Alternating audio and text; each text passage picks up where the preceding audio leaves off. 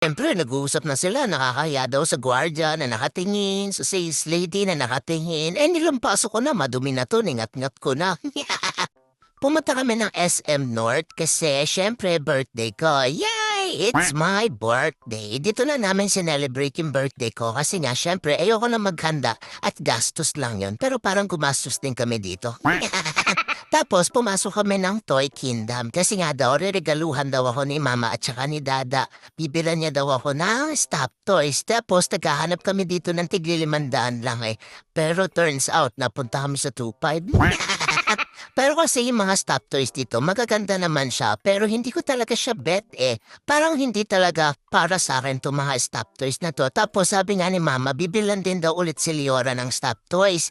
Pero syempre dahil di naman niya birthday, dun lang siya sa mga maliliit na stop toys na at naghahanap pa siya ng malaki. Pero sige, okay lang, bahala ka, hindi ko naman pera yan. Pera yan ang magulang ko.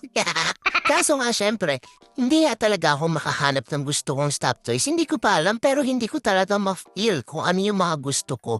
Parang hindi ko talaga maintindihan kung ano ba yung gugustuhin ko dito ng stop toys. Lahat sila hindi maganda kaya-aya ng mata ko. Meron akong hinahanap na hindi ko maintindihan pero hindi ko din maunawaan.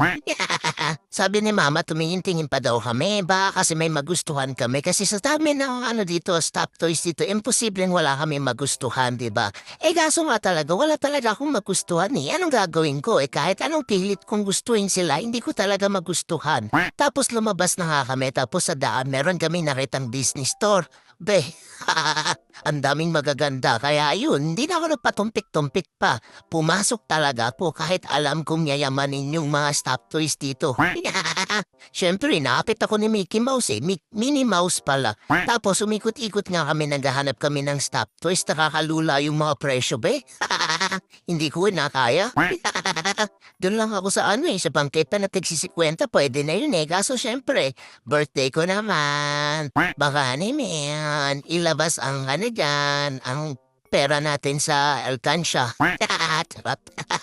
Tapos, meron nakita si Dada dito na baboy, tapos si Mama naman yung hindi ko alam kung ano ba yung kinawakan niya na yan. Basta yan, yung kulay, ano na yan, kulay orange na hindi ko maintindihan na malaki yung orange na ewan. Basta, tapos si Dada yung baboy kinuha, hinila. Kamukha daw kasi ni Leora, baka daw pwede naman daw yun. Kaso kamukha ni Leora na naman.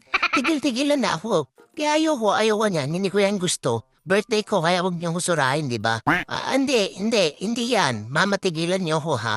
Tigil-tigilan niyo ko, ayoko niyan. Ibalik niyo yan. Hindi ko yan gusto. Ayoko niyan.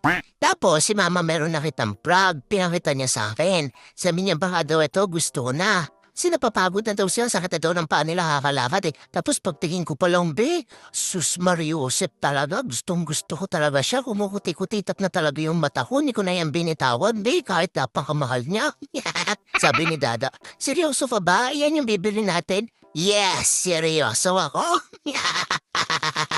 Hindi ko na yung binitawan. Siyempre, nakakaya na, di ba? Nilampaso ko na sa hig eh. Para hindi na ibabalik sa ano. Tapos hinihila ni Mama kasi wag daw yan. Para pa siyang nagsisipa na ipinarita niya sa akin yan. No, akin to. Hindi niya na to mababawi sa akin. Bayaran niyo na to.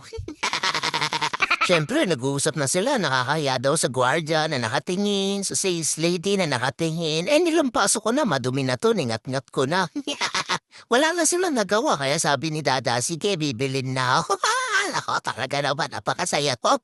Siguraduhin niyang bibilin niya yung pagnen, hindi niya ibabalik sa ano yan. Sa, sinisigurado ko lang.